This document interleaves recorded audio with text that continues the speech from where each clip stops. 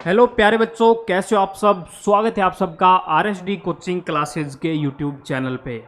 बच्चों, आप सब लोगों के लिए रेलवे आरपीएफ की जो वैकेंसी आई हुई हैं, जिनके फॉर्म लगते हुए आज 20 दिन कंप्लीट हो चुके हैं, तो उसकी पूरी जानकारी, क्योंकि काफ़ी बच्चों के कमेंट्स आए हैं और कॉल्स भी आए हैं, तो पूरी जानकारी हम आपसे यहाँ पे साझा करने वाले हैं, जिसमें आपका वैकेंसी कितनी है, आपका सिलेक्शन का प्रोसेस क्या रहने वाला है, एज का क्राइटेरिया क्या रहने वाला है और आपका फिजिकल क्या रहने वाला है।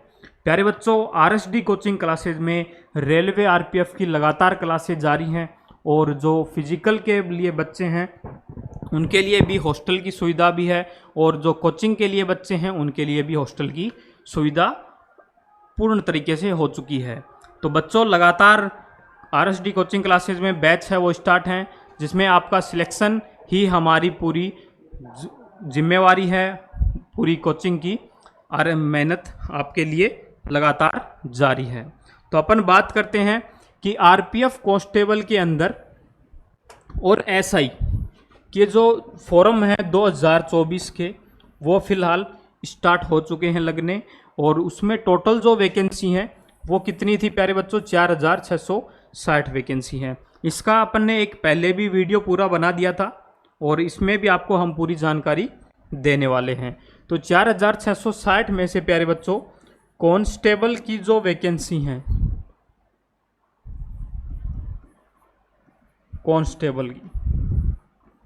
कांस्टेबल की कितनी वैकेंसी, इसमें 4208 वैकेंसी कांस्टेबल की है।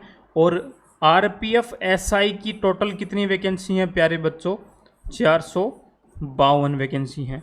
तो इस प्रकार से टोटल करके आपकी कितनी वैकेंसी हो जाएंगी, 4660 वैकेंसी हैं, वो आपकी टोटल वैकेंसी हैं।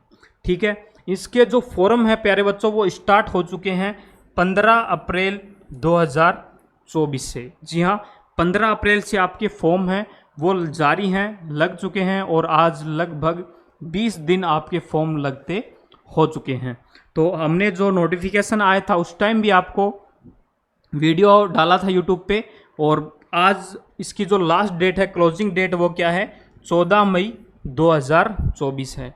तो 14 मई तक आप ये फॉर्म है फिलअप करवा सकते हैं। जिन बच्चों ने फॉर्म नहीं अप्लाई किया है तो वो अप्लाई कर सकते हैं। ठीक है, फिर अपन बात करते हैं कि एप्लीकेशन फीस कितनी रहने वाली है। प्यारे बच्चों, जनरल और ओबीसी और ईडब्ल्यूएस के जो कैंडिडेट हैं उनके लिए जो फॉर्म फीस है वो 500 रुपये है, और उसमें आपका जो अमाउंट रिफंड होगा, जी हाँ प्यारे बच्चों, रेलवे हर बार फॉर्म लगवाते वक्त फीस पूरी लेता है 500 रुपये, और रिफंड आपको 400 रुपये आपको रिटर्न करता है हर बार। ठीक है, और जो candidate SC, ST, ex serviceman और फीमेल हैं उनके लिए 250 रुपये हैं, यानी 250 रुपये आपकी फॉर्म की फ़ीस रहने वाली है। और अमाउंट जो आपका रिफंडेबल रहेगा वो कितना रहेगा, 250 रुपये। ठीक है, फिर अपन बात करते हैं कि एज का जो लिमिट है वो क्या रहने वाला है, एज का जो क्राइटेरिया है वो क्या रहने वाला है, इस पर भी अपन चर्चा करेंगे। क्योंकि बच्चों, आरएसडी कोचिंग क्लासेज में रेगुलर आरपीएफ के बैच हैं वो स्टार्ट हो चुके हैं, और आप हमें कॉल भी कर सकते हैं 6375150261 पर। आपको पूरी जानकारी कोचिंग से संबंधित आपको मिलेगी। तो नेक्स्ट बात करते हैं अपन, इसमें आपका एज का क्राइटेरिया क्या रहने वाला है, और आपका जो एजुकेशन का क्वालिफिकेशन है वो क्या रहने वाला है। पहले अपन बात करते हैं एज की। एज प्यारे बच्चों आपकी कैलकुलेट होगी 1 जुलाई 2024 तक। जो बच्चे 18 साल के हो चुके हैं या फिर 28 साल के हो चुके हैं, वो बच्चे आरपीएफ कांस्टेबल से फॉर्म अप्लाई कर सकते हैं। जी हाँ, 1 जुलाई 2024 तक बच्चा 18 साल या फिर 28 साल के बीच का होना चाहिए, वो आरपीएफ कांस्टेबल से फॉर्म अप्लाई कर सकता है। और एसआई के लिए आपकी एज है वो क्या रहेगी, 20 से 28 साल तक आपकी एज रहेगी। यानी प्यारे बच्चों, 1 जुलाई 2024 तक आपकी एज है वो या तो 18 हो जानी चाहिए या फिर 28 साल रहनी चाहिए। अगर जो बच्चा 18 से कम है और 28 से ज़्यादा है तो वो बच्चे कांस्टेबल का फॉर्म अप्लाई नहीं कर सकते। और एसआई के लिए आपकी 20 से लेकर के 28 साल आपकी होनी चाहिए। फिर अपन बात करते हैं कि इसके अंदर क्वालिफिकेशन क्या है, एलिजिबिलिटी जिसे बोलते हैं, क्योंकि इसके लिए काफ़ी बच्चों की कॉल आ चुके हैं कि सर मैं 10th पास हूँ, मैं 12th पास हूँ, सर मेरा एजुकेशन हो चुका है। तो वो सारे बच्चे इस चीज़ को ध्यान से देखें और जानकारी आप लोगों के लिए साझा की गई है वो पूरी। तो जो आपका कांस्टेबल है, आरपीएफ कांस्टेबल वाले प्यारे बच्चों के लिए है 10th पास होना चाहिए, ठीक है, from recognised university of board, यानी जो भी अपने आरबीएससी, सीबीएसई, यूपी बोर्ड हैं उन सब से वो रिकॉग्नाइज बोर्ड एक जो कंडक्ट करवाता है एग्ज़ाम 10th बोर्ड की या 12th बोर्ड की, वो आपकी क्लियर होनी चाहिए। सीधी सी बात है, आपकी 10th पास होनी चाहिए और रिकॉग्नाइज्ड बोर्ड जो है उससे आपकी जो मार्कशीट है वो वेरीफाई होनी चाहिए। फिर अपन बात करते हैं सब इंस्पेक्टर एसआई के बारे में। एसआई के लिए आपका जो एलिजिबिलिटी है वो क्या रहेगा, ग्रेजुएट फ्रॉम रिकॉग्नाइज्ड यूनिवर्सिटी, यानी आपका जो वेरिफिकेशन है वो एकदम करेक्ट होना चाहिए। आपकी ग्रेजुएशन कंप्लीट होनी चाहिए, चाहे वो बीए हो, चाहे वो बीएससी हो या फिर बीकॉम हो, तो आपकी जो ग्रेजुएशन है वो कंप्लीट होनी चाहिए। ये कोई ज़रूरी नहीं है कि सर मेरी बीएससी कंप्लीट है, सर मेरा बीए कंप्लीट है, मेरा बीकॉम कंप्लीट, ये कोई ज़रूरी नहीं है, सिर्फ आपकी ग्रेजुएशन होनी चाहिए बीए, बीएससी, बीकॉम में से, ठीक है, 3 साल का कंप्लीट। जो अपीयरिंग में है वो भी बच्चे अप्लाई एसआई से कर सकते हैं। फिर अपन बात करते हैं पोस्ट, नंबर ऑफ पोस्ट, ये हमने आपको जानकारी पहले दे दी है।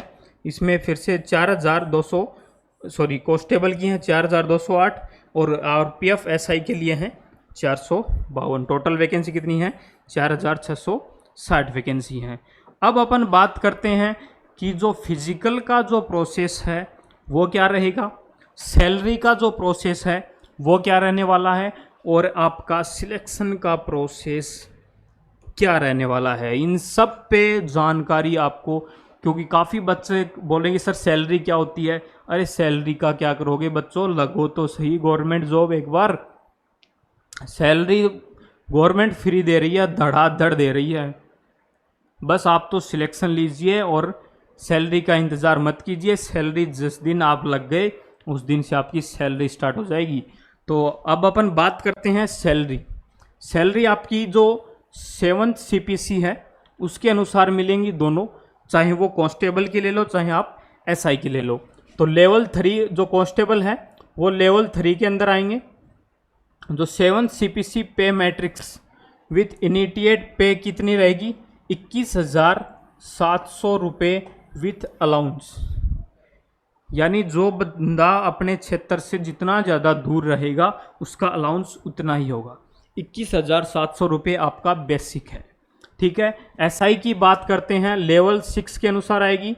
7th सीपीसी के अनुसार आपको 35,400 रुपये प्लस अलाउंस मिलेगा। तो ये भी जितना ज़्यादा दूर रहोगे अपने क्षेत्र से उतना ही ज़्यादा आपको अलाउंस मिलेगा। फिर बात करते हैं आपका सिलेक्शन का प्रोसेस क्या रहने वाला है।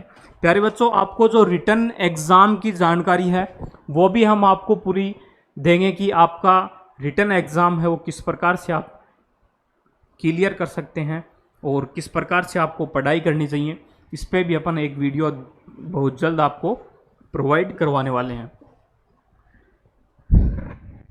तो इसमें आपका जो फर्स्ट है आपका हुआ रिटन एग्ज़ाम, CBT, मतलब कंप्यूटर बेस्ड टेस्ट रहेगा आपका।